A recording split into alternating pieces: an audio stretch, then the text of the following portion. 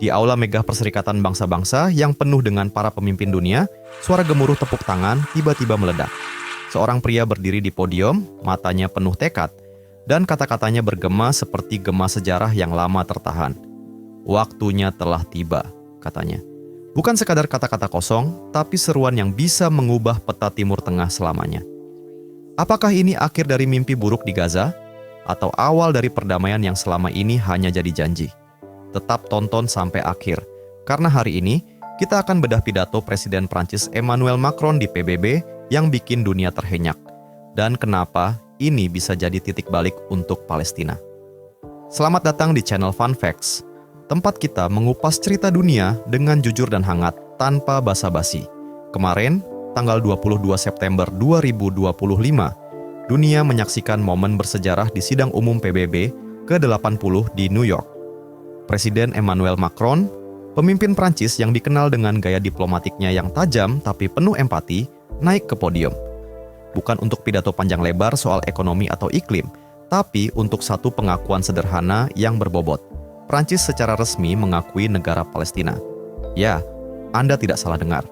Di tengah konflik Gaza yang masih membara, di mana ribuan nyawa hilang dan jutaan orang mengungsi, Macron memilih hari ini untuk bilang, cukup sudah penundaan, Palestina adalah negara yang sah. Mari kita mundur sedikit ya.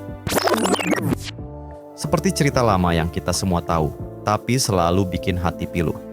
Kembali ke 1947, saat PBB memutuskan membagi Palestina mandat menjadi dua negara, satu untuk Yahudi, satu untuk Arab. Israel lahir dan dunia merayakannya sebagai kemenangan atas Holocaust, sebuah demokrasi yang hidup di tanah yang penuh sejarah. Tapi janji untuk negara Arab itu masih menggantung, seperti lukisan setengah jadi. Sejak saat itu, Israel dan Palestina saling bertaut dalam jalan panjang penuh harapan dan kekecewaan.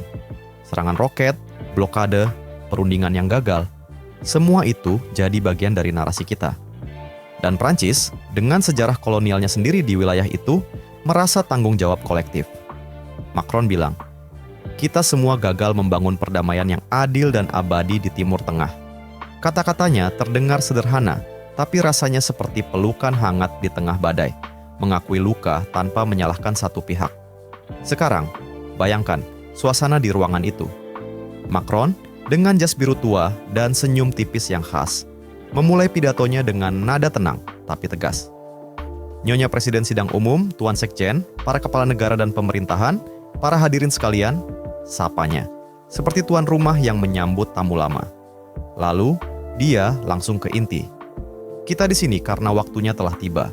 Waktu untuk membebaskan 48 sandera yang ditahan Hamas. Waktu untuk menghentikan perang, pemboman di Gaza, pembantaian, dan pengungsian massal. Waktu untuk perdamaian telah tiba, karena kita hanya selangkah lagi dari kehilangan kesempatan itu selamanya. Wah, dengar itu? Macron tidak main-main. Dia sebut terlalu terlambat bagi sebagian, terlalu dini bagi yang lain. Tapi yang pasti, kita tak bisa menunggu lagi. Ini bukan pidato kaku ala politisi. Ini narasi yang mengalir, seperti cerita ayah yang menasihati anaknya di meja makan. Dia ingatkan kita pada resolusi PBB 1947, di mana dunia janji dua negara berdampingan. Israel katanya adalah demokrasi yang hidup setelah ribuan tahun pengembaraan dan penganiayaan. Tapi Palestina, janji negara Arab itu belum terpenuhi hingga hari ini. Sejak itu, orang Israel dan Palestina berjalan di jalan masing-masing, campur aduk harapan dan keputusasaan. Dan kita, komunitas internasional, ikut bertanggung jawab atas kegagalan ini. Lalu, momen klimaksnya datang. Macron jeda sejenak, tatapannya menyapu aula yang hening. Saya nyatakan hari ini bahwa Prancis mengakui negara Palestina, katanya. Tepuk tangan meledak, berdiri ovation dari banyak delegasi.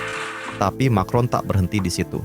Dia tegas, pengakuan ini untuk melestarikan kemungkinan solusi dua negara. Hamas harus dibongkar secara militer dan politik.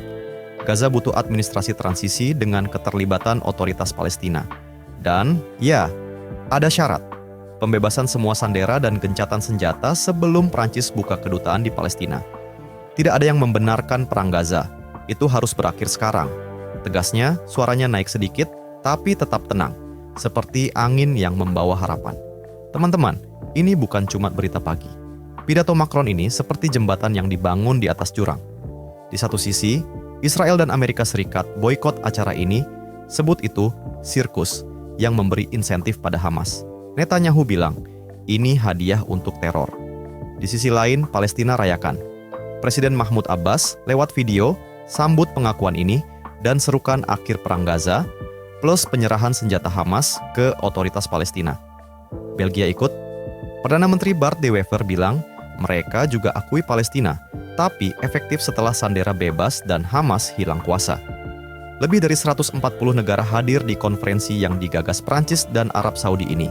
Bukti bahwa angin berubah. Kenapa ini penting buat kita?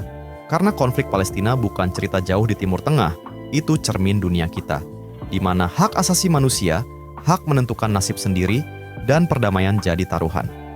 Macron bilang, tidak ada rakyat yang boleh dikutuk untuk dilupakan.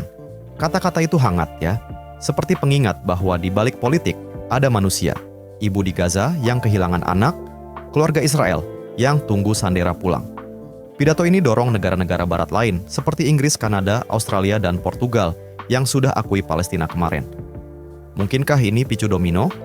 Atau cuma simbol tanpa gigi? Sebagai penutup, waktu telah tiba. Macron bukan pahlawan sempurna. Prancis punya sejarah rumit di wilayah itu, tapi suaranya hari ini beri harapan. Mari kita doakan agar ini bukan akhir cerita, tapi bab baru. Jika Anda tergerak, like, subscribe, dan bunyikan tanda lonceng serta share untuk lebih banyak analisis seperti ini. Apa pendapatmu? Komen di bawah. Apakah pengakuan ini cukup? Sampai jumpa di video selanjutnya.